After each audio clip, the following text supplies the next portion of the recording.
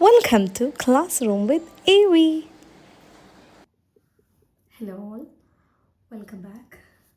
ഇന്ന് നമ്മൾ ഡിസ്കസ് ചെയ്യാൻ പോകുന്നത് 8th ക്ലാസ്സിലെ 3rd ചാപ്റ്റർ ആയിട്ടുള്ള സെൽസ് ആൻഡ് സെൽ ക്ലസ്റ്റേഴ്സ് എന്ന് പറയുന്ന ചാപ്റ്ററാണ്.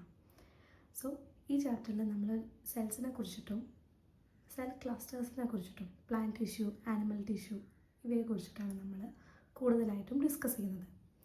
So let's start. ഈ ചാപ്റ്റർ സ്റ്റാർട്ട് ചെയ്യുന്നത് തന്നെ 5 സയൻറ്റിസ്റ്റുകളെ പരിചയപ്പെടുത്തിക്കൊണ്ടാണ്. First one Robert hook.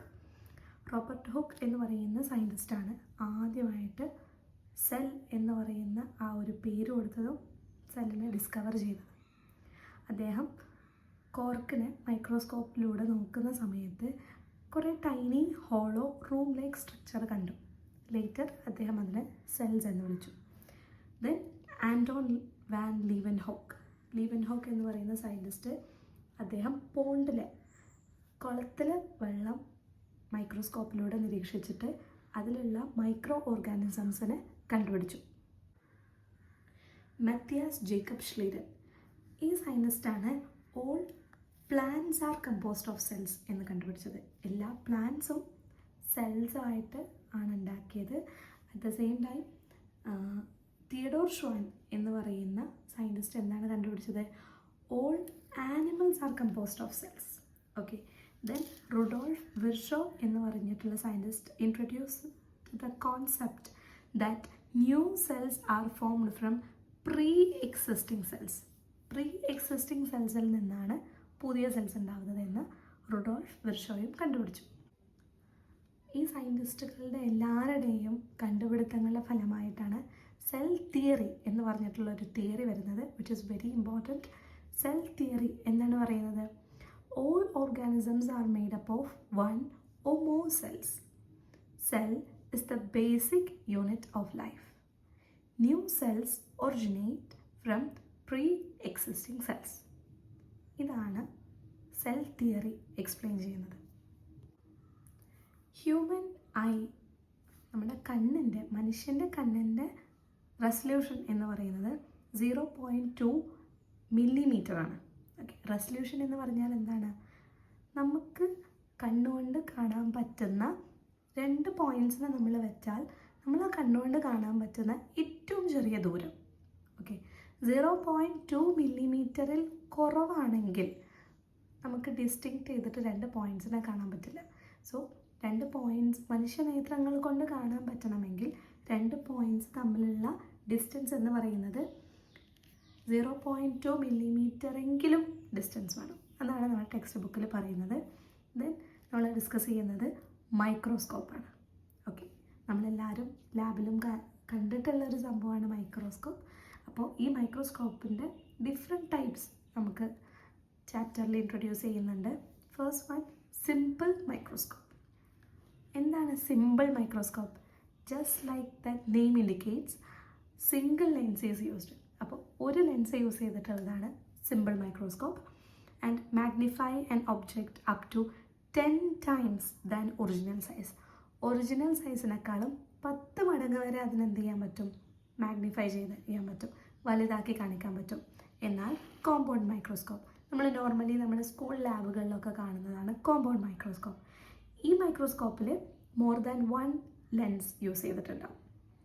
ഒന്നിൽ കൂടുതൽ ലെൻസുകൾ ഉണ്ടാകും. പിന്നെ ഇതിൻ്റെ ഒരു ഉപകാരം അല്ലെങ്കിൽ ഇതിൻ്റെ ഒരു സവിശേഷത എന്താണെന്ന് വെച്ചാൽ it magnifies object up to 1000 times. 1000 times അതിനെ മാഗ്നിഫൈ ചെയ്യാൻ പറ്റും. ഇനി നമ്മൾ ഡിസ്കസ് ചെയ്യുന്നത് മൈക്രോസ്കോപ്പിൻ്റെ പാർട്സും അതിൻ്റെ ഫങ്ഷൻസുമാണ്. സോ മൈക്രോസ്കോപ്പിൽ ഫസ്റ്റ് നമ്മൾ കണ്ണുകൊണ്ട് നോക്കുന്ന, that is eyepiece. It magnify image formed by the objective lens. Objective lens compound മൈക്രോസ്കോപ്പിൻ്റെ ആണ്. സോ ഒന്നിൽ കൂടുതൽ ലെൻസുകൾ ഉണ്ടാക്കും.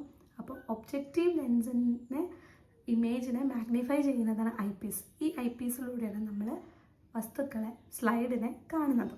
Okay. Then body tube. Body tube holds eyepiece and connect it to the objective lens. Objective ലെൻസിനെയും ഐ പീസിനെയും ഒക്കെ കണക്ട് ചെയ്യുന്ന ഒരു പാർട്ടാണ് ബോഡി ട്യൂബ്. ദെൻ രണ്ട് നോബുകളുണ്ട്, കോഴ്സ് അഡ്ജസ്റ്റ്മെൻറ്റ് നോബും ഫൈൻ അഡ്ജസ്റ്റ്മെൻറ്റ് നോബും. കോഴ്സ് അഡ്ജസ്റ്റ്മെൻറ്റ് നോബ് എന്താണ്? It moves stage up and down for rough focusing. Rough ഫോക്കസിങ്ങിന് വേണ്ടിയിട്ട് സ്റ്റേജ് എന്ന് പറയുന്നത് നമ്മൾ സ്ലൈഡ്, ആ ഒരു സ്ലൈഡ്, ഈ സ്ലൈഡിലാണ് നമ്മൾ നമ്മുടെ എന്താണോ നോക്കേണ്ടത് അത് വയ്ക്കുക. ആ സ്ലൈഡിനെ അപ്പ് ആൻഡ് ഡൗൺ മൂവ് ചെയ്യിപ്പിക്കാനും അതിനെ റഫ് ഫോക്കസ് ചെയ്യിപ്പിക്കാനും ഹെൽപ്പ് ചെയ്യുന്നതാണ് coarse adjustment knob. Then fine adjustment knob. Fine adjustment knob sharpens the image. അപ്പോൾ ഇമേജിനെ കുറച്ചുകൂടെ ഷാർപ്പാക്കി കുറച്ചുകൂടെ ഫോക്കസ് ചെയ്യാൻ ഹെൽപ്പ് ചെയ്യുന്നത് ഫൈൻ അഡ്ജസ്റ്റ്മെൻറ്റ് നോബ്സ് ആണ്. Then objective lens. ഈ ഒബ്ജക്റ്റീവ് ലെൻസ് ആണ് magnify the object placed on the slide. സ്ലൈഡിലുള്ള ഒബ്ജക്റ്റിനെ മാഗ്നിഫൈ ചെയ്ത് കാണിക്കുന്ന lens is objective lens. Then stage clip. Fix the slide on the stage. സ്റ്റേജിൽ സ്ലൈഡിനെ ഫിക്സ് ചെയ്ത് നിർത്തുന്നവരാണ് clips. Then aperture. Aperture controls amount of light that enters the objective lens. Objective ലെൻസിലോട്ട് വരുന്ന ആ ഒരു ലൈറ്റിനെ കൺട്രോൾ ചെയ്യുന്നതാണ് അപ്പേർച്ചർ.